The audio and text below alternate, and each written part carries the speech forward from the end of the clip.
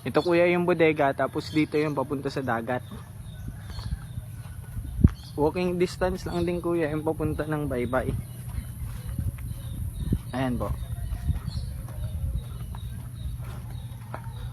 Sinamahan kami dito nung tito kuya ni Jaja. Ito sa tinintinan na po ito. Nasa may ano to nung kay Ladukdok. Pag papunta ka kay Ladukdok, simula dito, papunta ka sa kanan.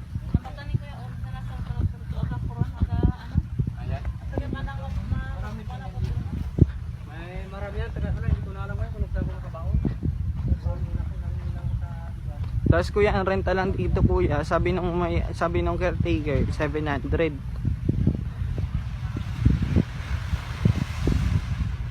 Ito kuya yung Baybay.